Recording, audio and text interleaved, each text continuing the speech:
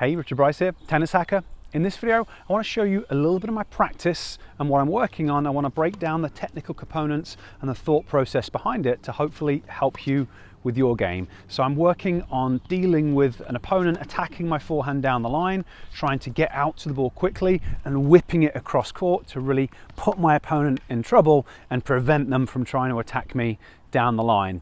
So hopefully you'll find the video helpful. If you do, it'd be awesome if you give me a thumbs up. If you haven't subscribed to my channel before, it's much appreciated if you could do that as well. So I want to start by explaining the thought process behind what I'm working on. Now, I'm naturally a right-handed player and I'm relearning to play left-handed. For the first couple of years, I was really focusing on the basics, just trying to be able to hit rally balls.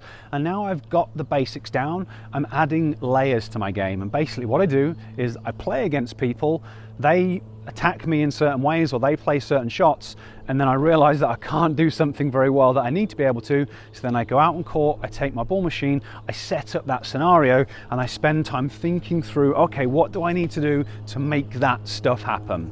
So that's where this has come from. I played someone yesterday, they kept on attacking me down the line.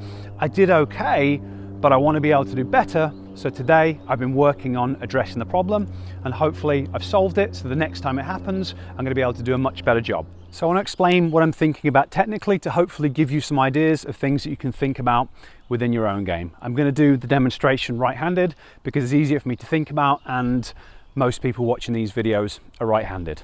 The first piece for me is always the preparation. So I still have to think about this. So, you know, in terms of footwork, I'm doing a drop step where my foot drops underneath. As that happens, I'm doing my unit turn, and then I'm driving across with a big crossover step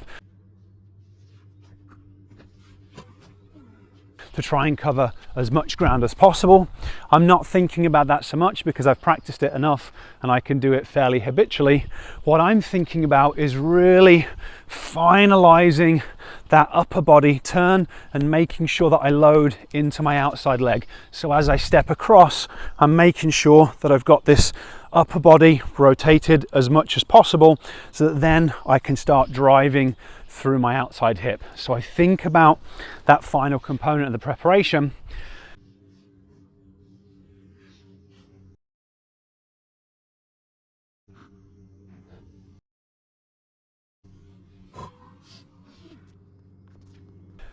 And then from there, it's all about the timing.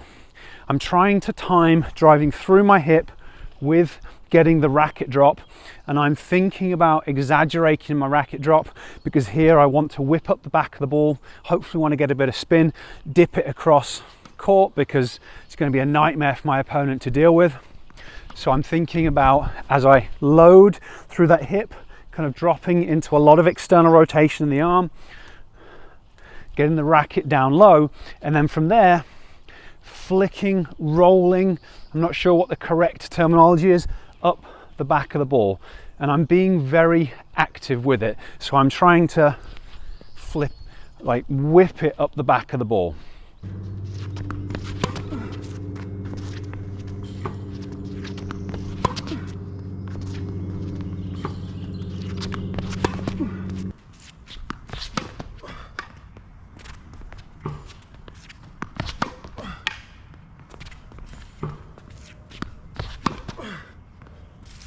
You can see sometimes I'm finishing right down by my side, sometimes it's going there.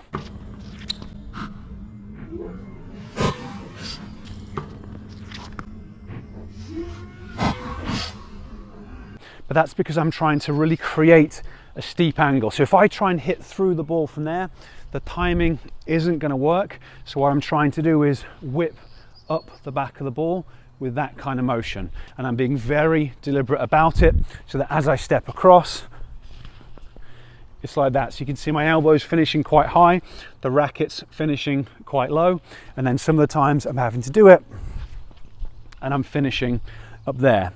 So they're the pieces that I'm really thinking about, just trying to get that timing to work. So there's the spacing as I move in towards the ball. When do I start the swing? And you can see on some of them, just because of the ball that I'm trying to deal with, I'm moving diagonally backwards to give me a little bit more time to get to the ball. And then I'm trying to drive through my hip at the right time in relationship to where the ball is, and then throw the racket up the back of the ball to dip it over the other side of the court. So that's what I'm thinking about in terms of what you might need to work on. You've got to basically analyze where things are going wrong within your own stroke. Maybe you need to focus more on the preparation. Maybe it needs to be more about the spacing, the timing, exactly what's going on with the racket. It's about figuring out what's holding you back and then doing repetitions, focusing on that specific thing.